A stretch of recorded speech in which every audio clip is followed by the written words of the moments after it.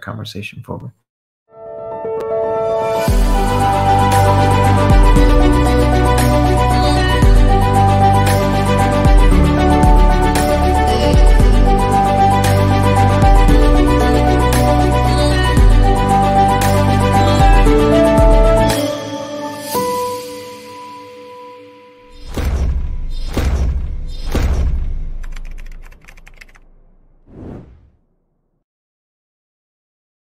Well, we're back in the studio, and welcome back to another episode of the Always About People show. We've got another really fascinating topic to cover today, all about recruitment, people, talent. Do you have the right people? Can you find the right people? How do you find the right people? We're going to cover all of those topics today. For those of you who don't know, I'm your host, Chris Allen. It is good to be with you again. And I am excited to introduce you to my friend, Jason Basir.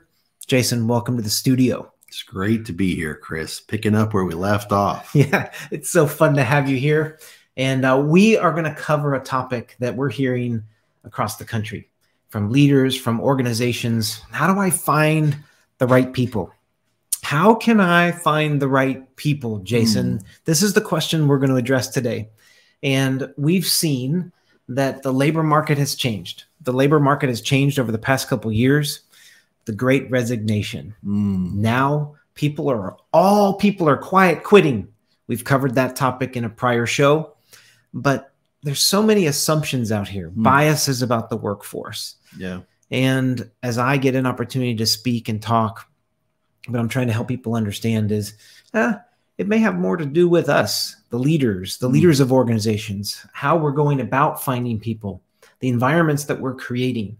But today we specifically want to talk about the tools that we use, the assets that we use, the ways that we go about trying to find the right people for our organization, because it's always about people, Jason.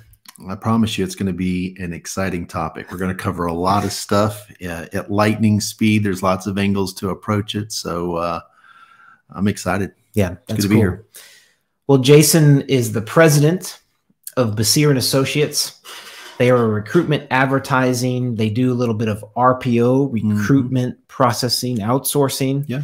And they work on behalf of organizations all over the country. And I'm excited for you to hear a little bit more about what he does. But I want to set it up with another question, maybe a challenge. And that is, I think the labor market's changing again. Oh, yeah. And we've got inflation, recessionary pressures, interest rates increasing. Some companies are looking at their labor and their talent and trying to figure out, all right, what does this look like in the future? What does this look like over the next couple of years? And so there's a lot of questions that even our guests who are watching may be asking. I want to remind our guests, those of you who are watching this live, please send in your thoughts, comments, questions. We'd love to get to them on the air. We can see them, and we would love to address specific issues that you're wrestling with or dealing with. And if you happen to be watching this as a recording, I just want to encourage you to still send in comments, thoughts, questions. We can still get to those. Social media is an amazing platform. Absolutely. And regardless of what platform you're watching this on, we'd love to answer or at least address the questions that you have. So Jason, let's jump into this. Let's do it. I think maybe start by just sharing with all of our viewers. Tell me a little bit more about Basir Associates. What's your secret sauce? What's your superpower? Oh gosh. I don't think there's really a superpower of Basir Associates. Maybe it happens to be just time in the space, getting historical. I've been in the recruitment space for 25 years. Back in 96 to 2009, our organization was the second largest sales job fair producing company in the United States. We all know what happened in 09, and then that blew up.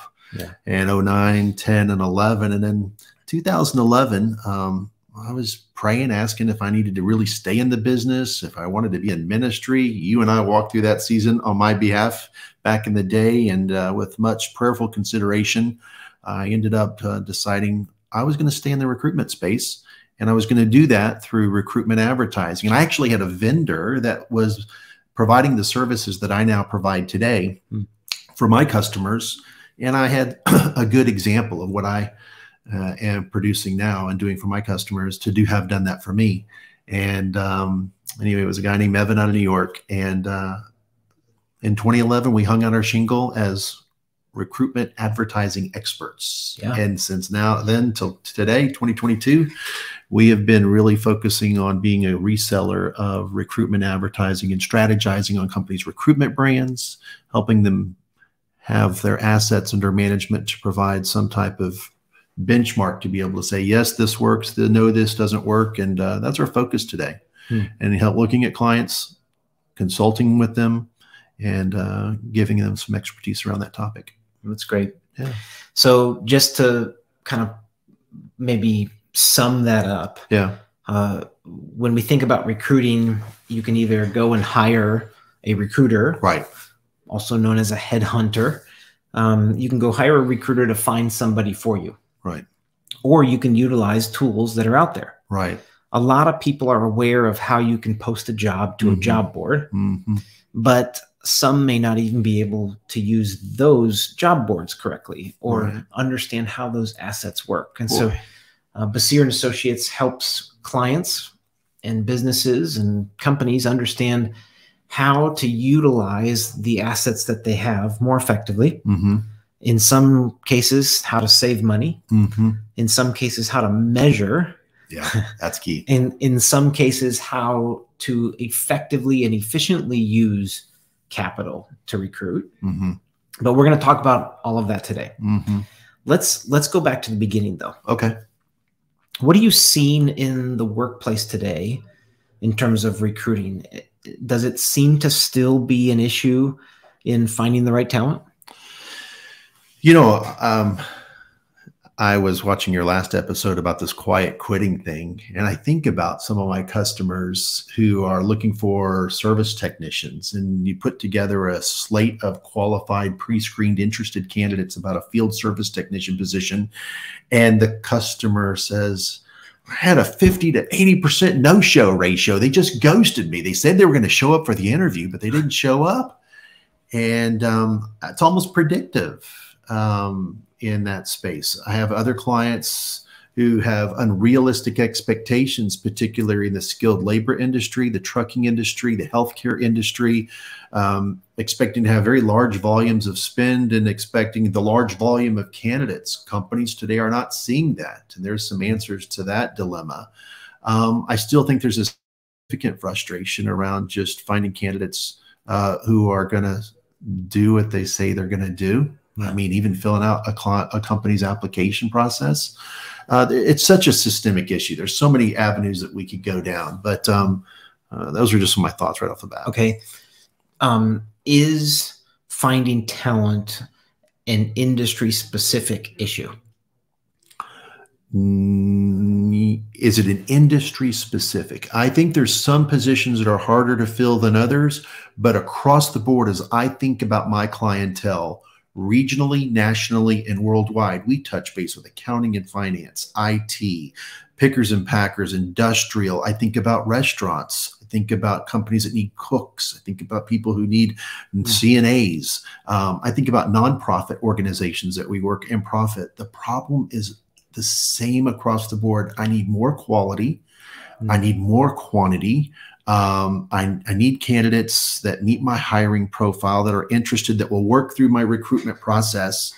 And it's across the board. No, I think every company is experiencing the frustration. And just visited a company up north here in Charlotte, and their business is booming. And they haven't been able to fill all the needs within the organization because it's just a lack of talent. We need more people. We need more folks to be able to do the job. So he's running at probably 40%, 50% of 100% of his capacity just because he can't find the right talent. Okay. So for those of you who may think, I think it's just me. It must be just our company. It must be just our industry that's been hit hard. Here you've heard it from an expert. It's across the board. Yeah. It's every industry. Yeah. It's across the country. This isn't specific to a geographical area. No. We have a workforce that we need to figure out how to recruit and advertise and get in front of. Yeah. And when I talk about recruitment advertising, just for the purposes of today, there's 3 ways to recruit that we'll just say. A, you can do it yourself, or B, you can hire a search firm, headhunter, placement firm, and there's definitely place in the marketplace for a qualified third-party recruitment advertising expert to do some of that heavy lifting for you. If you're not good at recruiting or you don't like doing that hard work, you can outsource it at a cost. But third, there's this RPO, recruitment process outsourcing, where we dabble in that space, and our focus, 80% of our work in the RPO space really has to do with advertising, really consulting about their recruitment brand, and really taking a very close look at the tools that they're using to fill the top of the funnel. And that's key. What are you doing to fill the top of the funnel? And that's really where the majority of our work stays. Everything from what's your referral look like, you know, of employees referring other employees into the organization. Do you have a healthy, robust referral program? One that you respect, that's lucrative enough for them to want to bring. Are you projecting a recruitment brand that will really attract that type of talent? All these are roads that you and I both know we could run down and talk for ad nauseum. And we can maybe pick some a little bit of time, but those are some big rocks that I can think of. But I'll just say right now, I think a lot of big companies and small companies really haven't really thought about this. They're too busy working on the business. Big companies, Fortune 500 companies that I consult with, they really are too, they're still 5 years and 10 years in the past, honestly. Their CRMs are clunky. They have a lot of friction in the CRM, the ATS, the applicant tracking system, and candidates are not learning about their company because they don't project their brand in a way that's digestible to the applicant. They're not projecting that brand in a favorable way that talks about you and I both, mission, vision, values, culture. We could talk about that. But those are all stress points by a company not taking time to think about their thinking about recruitment. All right, let's go back to a few things you just mentioned about the top of the funnel. Oh yeah. And then let's spend the majority of our time talking through assets and how to best utilize those. Okay. But a couple things at the top of the funnel. Number one, referral program. One of the most important questions about culture and organization is, do I have employees who are willing to tell other people about my company? Yeah. like they would have to be engaged to want to tell other people. And yes, there are strategies for referral bonuses and everything else. But the bottom line is, if you haven't been intentional about building a culture that people want to actually talk about, that's a place to start. Huge. I mean, a lot of companies that I talk to, they haven't even documented it. And if they have documented it, they certainly haven't projected it. And you and I both would agree, it starts at the top down. I mean, the president, the C-suite, somewhere at the top, not just HR, needs to say, we want to be a place where you want to work. And you better be projecting that through both a positive recruitment brand on your website. Yes, on your website. I'll go to your website when I consult with a company and look at the very top in the global navigation bar, and they talk about all of their company products. They don't ever project anything about their employment, their opportunities, or careers, or people. And then you need to dedicate some real content to the topic. And then to really elevate, video is much more powerful. And here we are talking on video than just content. I mean, give me some testimonials of people really happy doing the job at your organization that you're looking to recruit for, and hear a happy person talking about it, and then push that out on social, push that out in your recruitment narrative. Just a couple things. Yeah. So you've got this intentional focus on culture, but secondly, an intentional focus on your recruitment brand, or recruitment marketing. And a lot of people don't even understand that term, Jason. It's like, well, we have marketing. But we live in a day and age right now where recruitment marketing, the ability for me to tell the story, to tell our purpose, to connect people to something greater, is really, really important. I got to inject here. I had a conversation with a worldwide steel company based in the Carolinas, and the HR person that I spoke with, after we were talking, we had a really energetic conversation, but she wanted to reschedule a call because she understood that the dialogue we were having around recruitment branding, marketing, you can't have a recruitment HR conversation without bringing marketing into the fold. Today, in today's day and age, those two departments need to meet at the table in the C-suite, and they need to have a voice in the conversation. Right. And it is so important. And she scheduled another call, and it was a week later. The CMO came to the table. Another couple of talent acquisition people came to the table, and it was a very energetic conversation as we just digested what her and I talked about just in the HR suite. Oh, that needed to be a global conversation. And so we're making some great strides to incorporate bidding, better project our brand. And this is a company, after a little deeper dive, I found out actually had a lot of assets weighted on one particular vendor, but was absent with a couple of other very important vendors to have a right mix of recruitment tools to be like a four-legged stool, to be a firm stool that was covering all of its bases. It's another conversation. All right. So no. This is so good. The practical takeaways. Yeah. Be practical about the culture that you're trying to establish. Oh, definitely. You've got to project it. You've got to have a voice in the conversation. You've got to be able to project that. Even with compensation, don't leave it to Indeed to project what kind of compensation that your position. If you don't put compensation out there in the recruitment messaging, Indeed's going to put something up for you. That comes as quite of a shock to so many companies. Like, that's not my compensation. Well, if you don't, that's part of the rules with compensation transparency now with Indeed.com. And you'll see that in the next 6 to 9 months, that will become the standard. All right. Second thing is just around recruitment marketing. If you're not bringing marketing into the conversation with people inside your organization, you're missing a huge opportunity. Huge opportunity. Marketing is not just about the product that you have. No. It's about marketing the internal brand, the recruitment brand of your company. Absolutely. And you better be doing that now because your competitors are doing it. And get on with the program here. All right. Before we just jump on, I think you were the one who told me there's a stat out there on how many pieces of information a candidate will look at or view before deciding to apply. Yeah. Can you speak to that? Yeah, in the sales, particularly my 25 years of work in the recruitment space, a lot of it focused on outside sales. But today, the most recent data tells us that sales professionals, outside B2B sales professionals, look at about 18 different data points. 18 different data points to be able to consider whether they want to come work for you. And to curate those data points when they're looking, they typically type in your company name and they type the word jobs. If you haven't done that, do that today.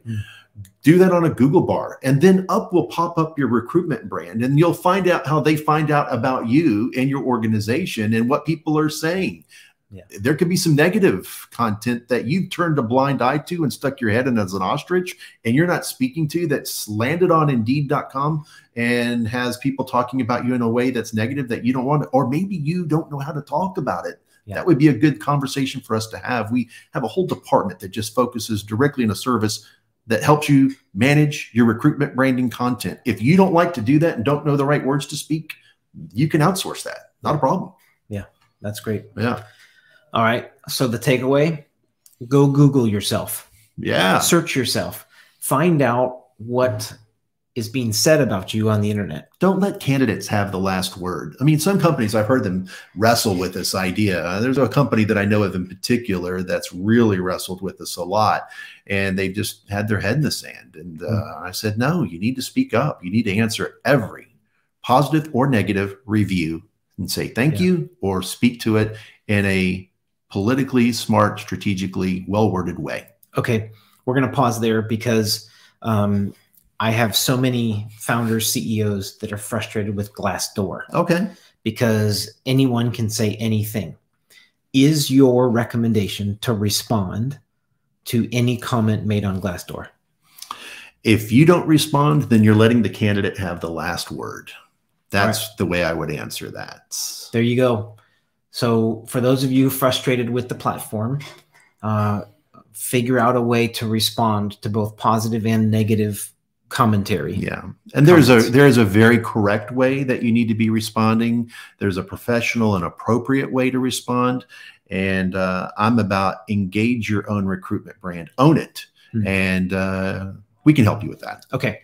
Let's move on to assets. Before I just move on, I want to remind you, those of you who are watching us live, feel free to send in any questions, comments, thoughts, ideas, anything. Give me your top 2 or 3 recruitment challenges. There you go. And let's talk about real scenarios where we have spoken to that particular situation. And let's see if we can't put a solution together, even live on the phone. There you go. It's a challenge. Video. It's a challenge. Okay. Let's go to assets, recruitment assets. Define what a recruitment asset is for people. Well, here's a card. Here we go. I'll put it up to the screen. These are assets. If your company uses any of these assets, you may recognize a logo or two. These are what we call assets. Okay. We are vendor neutral, by the way. I don't care what asset we want to engage. We'll just want to use more of what works. But the 800-pound gorilla recruitment asset, you see that they sponsor the Super Bowl, happens to be that tool called Indeed.com.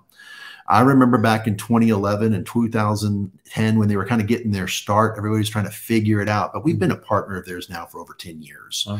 All things are not equal on that platform in particular. And it's a constantly moving target. All the other platforms, be it LinkedIn, Career Builder, Monster, Dice.com, Glassdoor, all recruitment values. But just in the big world of recruitment, I'll just go out on a limb and suggest about 60% of all recruitment in the United States traffic is really governed in the Indeed.com ecospace. Wow. Everything else, 40%, is shared by all these other platforms. Now, it's not the only medium to recruitment, because after you've kind of exhausted that, you're saying, Jason, I've still got recruitment needs. What can you help me do? Then you want to elevate and you want to talk about another medium of recruitment called programmatics. Yeah, that's how the big companies like Marriott, Johnson & Johnson, they're leveraging this program. And you even can have a programmatic play of a strategy of recruitment. And then the other one that I love to talk about, we may or may not have time today, is the social media recruitment space. And we're even leveraging TikTok now. The platform is going to leverage TikTok in recruitment. Love to talk about social, love to talk about the data, love to look at deeply and make decisions based on data decisions, not just emotional decisions. But that's when we talk about recruitment assets. It's those logos, Glassdoor, Indeed, Dice.com. How are those tools performing? How many companies are paying attention to their recruitment assets? I would say about 10 to 20% of companies really are accountable to their recruitment assets, and really on a quarterly basis, which we like to do with our clients, inspect what we expect. That's scary.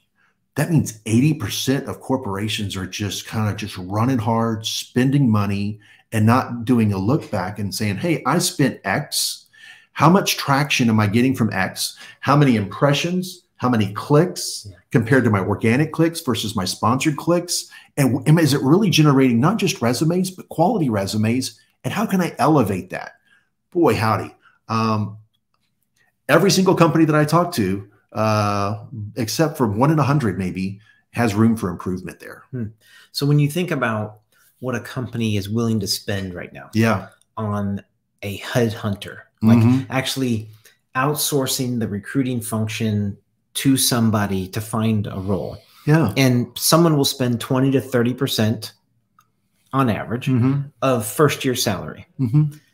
And we kind of don't really think about that. It's just sort of the cost of doing business. But if people were willing to actually measure what they're spending on, goodness, like all these platforms, do you think they could save money? I think you and I both know of an organization back in the day that actually had a significant multi-million-dollar spend in the search firm and headhunting space. And I don't want to rain on that parade, because that's a very valuable service. Some of my customers are headhunting and search firm type clients, and we're able to partner and help with them in significant ways to elevate their recruitment game, so to speak, to make sure that tools work for them. But some corporations are spending astronomical fees in headhunter spaces, and their objective could be to actually reduce the headhunter $2 million, $5 million budget and say, I'd like to get that under $1 million. And how can I own my recruitment brand and save on that expense and actually find better talent and build a culture within the organization. So yeah, I've got some clients that have actually done that. I think you know about that. So that was a loaded question. So, well, hey, you know, so to the companies that aren't managing assets, Sure. maybe give a few challenges, maybe ask a few questions, maybe help practically some leaders who are watching this reassess what they're doing, how they're spending, get more effective. I would say to every leader that's listening on this conversation, one, how effective is your recruitment asset budget? Do you know? Have you inspected what you expect? Look at all your assets.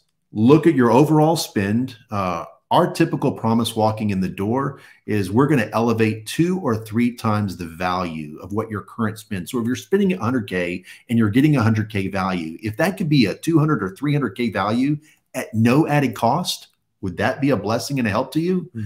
We typically find that that's the case with an organization offering a lift at no added cost. So I think the first thing is a discovery conversation, 10 minutes, 15 minutes to just talk about what are your assets. Let us ask the hard questions, and then we'll see if there's room for more dialogue. Yeah. The discovery conversation is key. I mean, we wouldn't go to a doctor and express we don't have a pain, and if he just gives a solution, that's ridiculous. We want to talk about what's the pain, what's the challenges.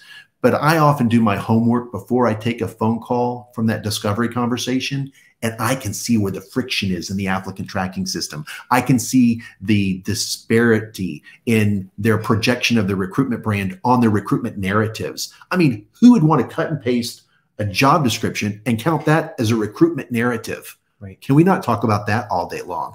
Who wants to apply to that? Yeah, right. Give me some sizzle on the steak, so to speak. I'm getting excited. So yeah. Okay, I'll pipe down. Well, let's go back to that. You've talked a couple times about the friction. Oh yeah. In the applicant tracking or the applicant process. Talk to that specifically, because I would guess that there are people watching who aren't even aware of what the process is. Okay. So I'll speak to the SMB market real quickly, who typically change the company that's between, 5 million to 50 million, who may have moved and pivoted from a Paychex to a Paycom to a payroll to a ADP. Every time you pivot to another payroll service and they use a different module in their payroll service to support your recruitment efforts through their applicant tracking system, it creates another page on Indeed.com unwittingly and unsuspectingly. Who's going to get that cleaned up for you? I know an ad agency that does that quite well, who has a great relationship with Indeed.com, but I doubt you've made the call to get that cleaned up. And I find some companies have 3 or 4 iterations of themselves on Indeed.com, which, either way, also has branding and has company reviews about your recruitment brand and how much and how nice it is to work there. So I'll just say that there's a lot of factors that go into that. And if you don't keep that cleaned up and take a look at that, it's a problem. Okay. So you're saying that there could be out on, let's say, Indeed.com, multiple iterations of my company profile. Yeah. And I'm not even aware of it. Yeah. If you've used social media, if you've used multiple payroll services, likely that's the case. And 2 or 3 iterations. If you've changed payroll, there's probably another iteration of you on Indeed. We can get that cleaned up with a phone call and a quick email in 7 to 10 days typically. But what CEO has time to fix that or even look into that? Plus, building out your recruitment brand is so easy to do. And opportunities they give you at no added cost to put video content, employee testimonials, put up a nice banner, get your logo on there. If it's not, you are wasting valuable recruitment space. Remember, 60%. And again, it's not my favorite vendor, quote unquote. It is what it is. Yeah. That's just the dominance that they have. They're 8 times larger than their nearest competitor. You better be having a voice in that Indeed conversation. Yeah. Period. Yeah. So as a company, we've talked about the importance of being intentional about culture. Yeah. We've talked about being intentional with the recruitment, marketing, like branding. Right. But then be really intentional about the assets that you're using. Yeah.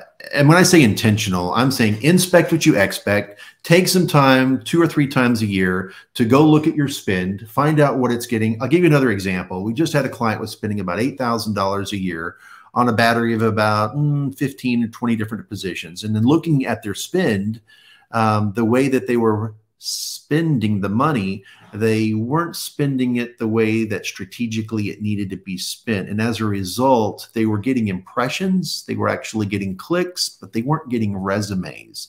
And with a few tweaks and modifications around how to leverage that spend strategically by allowing it to spend longer, they actually got the traffic that they needed to fill the jobs and the resumes that they needed, but they didn't know. They just saw clicks and saw traction, but they didn't see the end result. So we were able to look and produce what we call a stoplight report. So if any of you want that stoplight report, call us about your budget. We'll be happy to produce that.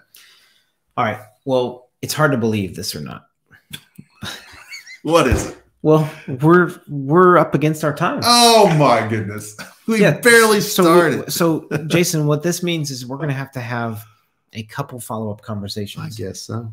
So we have barely scratched the surface on this conversation by just simply asking a few questions.